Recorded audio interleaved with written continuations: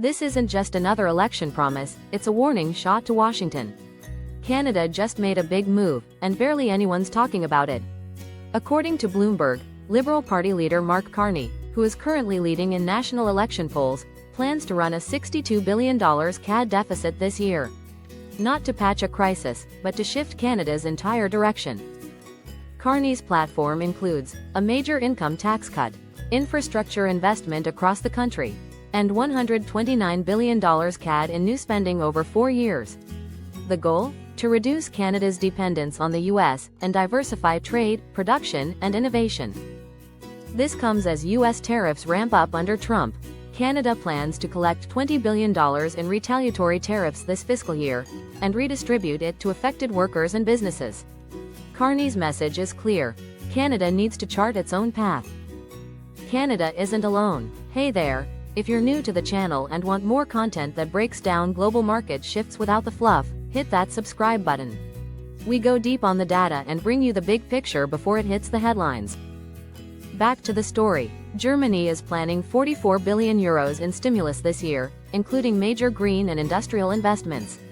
Japan approved a 17 trillion yen, $113 billion USD, stimulus package, to counter rising energy prices and support regional revitalization. The UK is expanding public infrastructure and defence spending by more than £20 billion over the next 2 years. Across the G7, governments are turning to fiscal stimulus, because monetary policy is hitting its limits. The playbook is changing. Just last week, the European Central Bank cut rates again, the 7th cut in this cycle. Why? Because the Eurozone faces slower growth and lower inflation than the US or Canada. And not every EU country has Germany's economic firepower. Europe is leaning hard on interest rates, even as their limits become more obvious. Not all economies are built the same. Some central banks focus strictly on inflation control. Others weigh growth and employment just as heavily. But here's the problem. Central banks are working with soft data that forecasts, and hard data that lags. Every decision is a judgment call. And for Canada, Carney's judgment is this: just like policymakers in Japan, Germany, and the UK, who are also pivoting toward active fiscal strategies, interest rates aren't enough. It's time to invest, build, and rethink the economic playbook.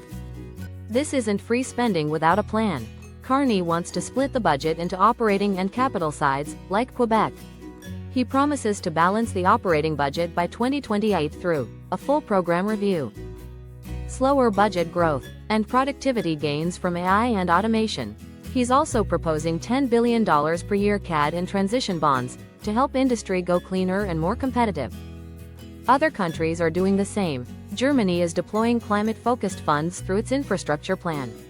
Japan is targeting regional revitalization and wage growth with fiscal support. The UK is pushing investment into defense and transport, as strategic bets on long-term competitiveness. The shift isn't isolated, it's coordinated across the global stage. This is more than a platform. It's a signal that Canada is preparing for a world where the US isn't the default anchor. Just like we said in our Fed breakdown, monetary policy can't fix tariffs. And now, countries are shifting away from interest rates toward investment. If this helped you cut through the noise, hit like and subscribe. And for more on how Powell, the Bank of Canada, and the Fed set the stage for this shift, check out our video titled, Bank of Canada Hits Pause, Powell Holds Firm, What to Expect for Rates, linked below. Because these aren't just headlines, they're signals of where we're going next.